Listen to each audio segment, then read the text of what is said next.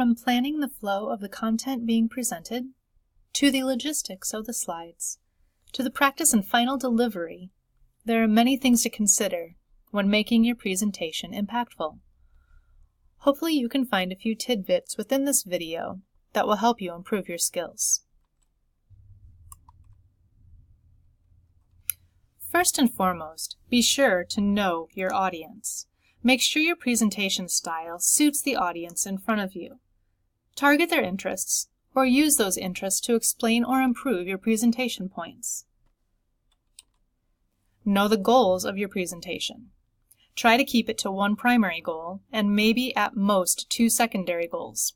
Any more than that, and you will struggle with trying to pass all the information along. Make your presentation represent these goals, and try to set it up so your audience has motivation to meet them. Be sure to show interest and enthusiasm. Don't act like you have done this talk before or dealt with this topic for years. Pretend this is the most exciting day of your life.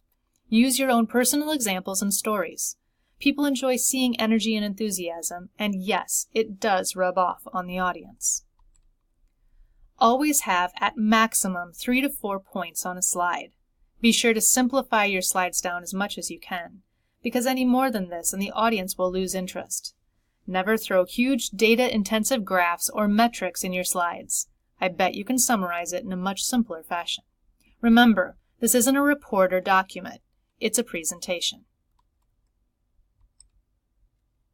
The best presentations are those that are interactive, so be sure to use meaningful, purposeful, and engaging activities as well as interactive learning strategies. Seek audience input as you can, as well as allow both time for application and reflection. If you can't complete the entire presentation due to questions but are able to cover key points, consider yourself successful. The reason people ask questions and provide feedback is because they're interested in the topic. Images are worth 1,000 words. Using the odd image to keep the presentation looking fresh, clean, or to subtly imprint images of joy, success, or happiness is important, but the real power is when you use an image that summarizes lots of words. Try to use images to represent points on a page. This helps with memory association for your audience. You can even use images as visual triggers to remind you to do certain things at certain times during your presentations. Finally, respond to questions, comments, and concerns. An effective presentation always brings up questions and concerns. Try to deal with these right away and see if you can relate them to what you've been discussing or presenting. If you think it might derail the entire presentation, especially if you're in front of a large group, praise the individual for their input and let them know you'll address questions and comments at the end. The Marzano Research Center offers this succinct do and don't list to keep in mind regarding presenting to groups. I'll give you some time to review this list.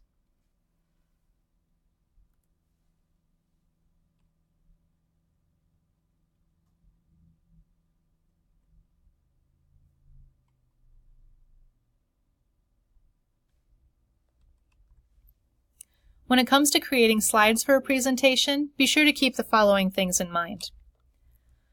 First, you want to limit the amount of text that's actually on the slide.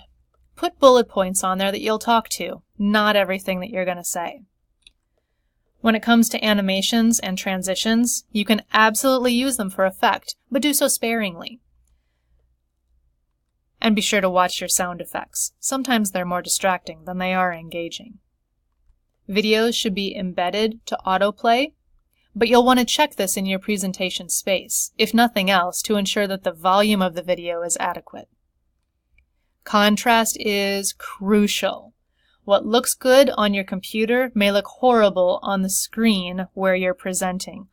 Always check this before you start a presentation. Finally, be sure to use size 24 font or larger.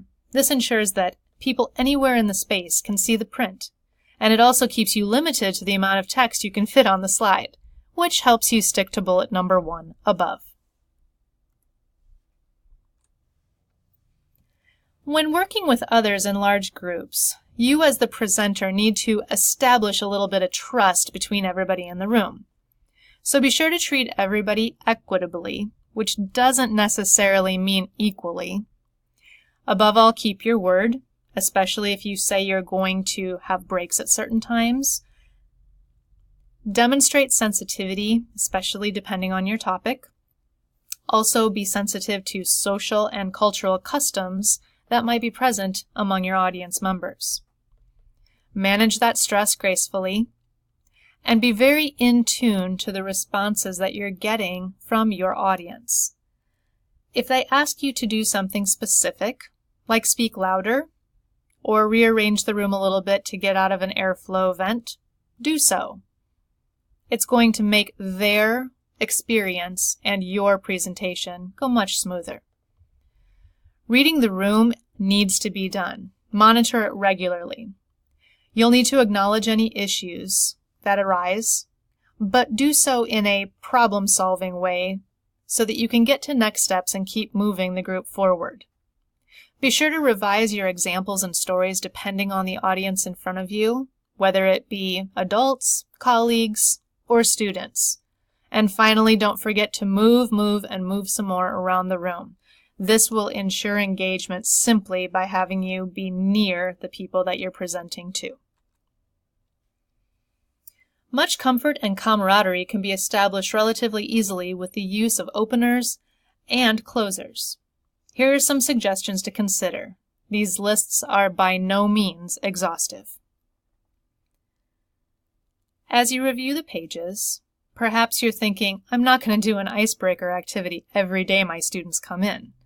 But I would argue that you could certainly establish a unique greeting, or perhaps play a song to set the tone for the day, or maybe have a picture for them to look at, or a quote to read and respond to as they get settled.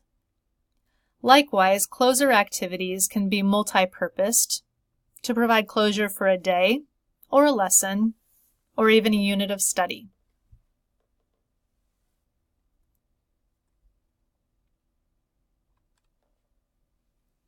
Knowing collaborative work within the classroom will definitely be done.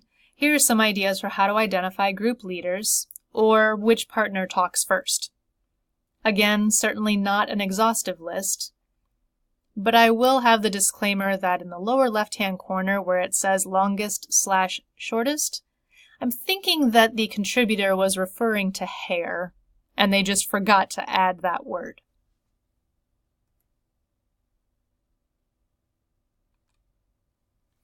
Formative assessments have certainly become part of the daily routine for many educators in Davenport. This is a short list of some options to consider.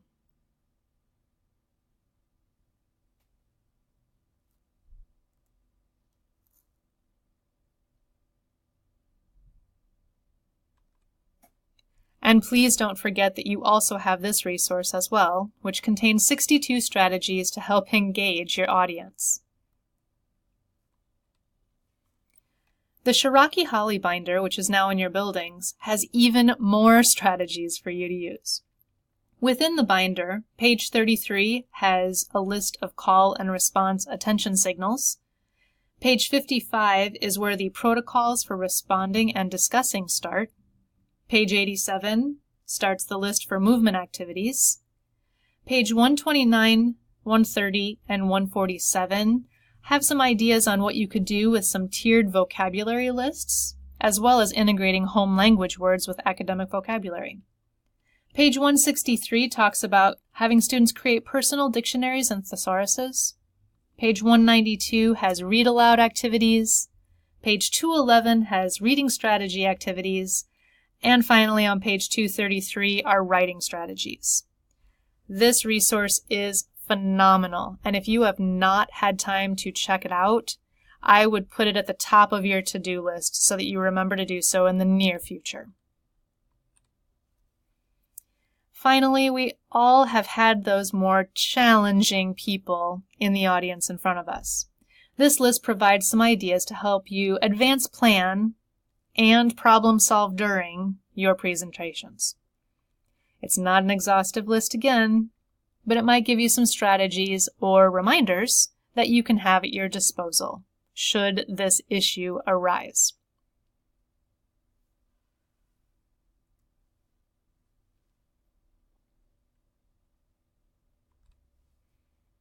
That concludes our little video. We hope that you gained some knowledge. Thanks for listening.